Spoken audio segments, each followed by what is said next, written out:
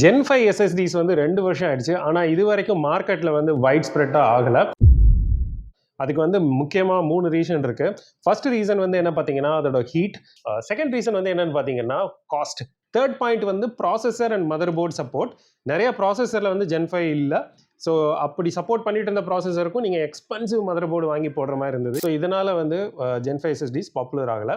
ஆனால் இன்னைக்கு situation change ஆகிட்டு வருது. இப்போ வந்து third generation of Gen 5 SSDs வர ஆரம்பிச்சிருச்சு.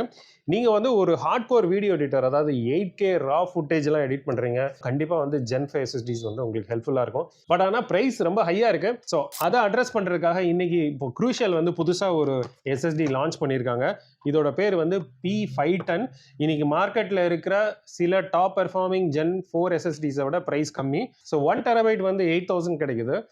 2 TB வந்து அரௌண்ட் 15,000 இந்த ரேஞ்சில் கிடைக்குது.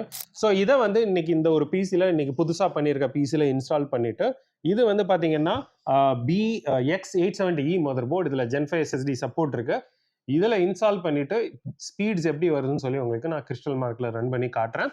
நீங்கள் இதை பற்றி என்ன நினைக்கிறீங்கன்னு சொல்லி கமெண்ட்ஸில் சொல்லுங்கள். Gen 5 வந்து பாப்புலர் ஆகுமா, Gen 4 பீட் பண்ணுமா அப்படின்னு சொல்லிட்டு. Thank you so much.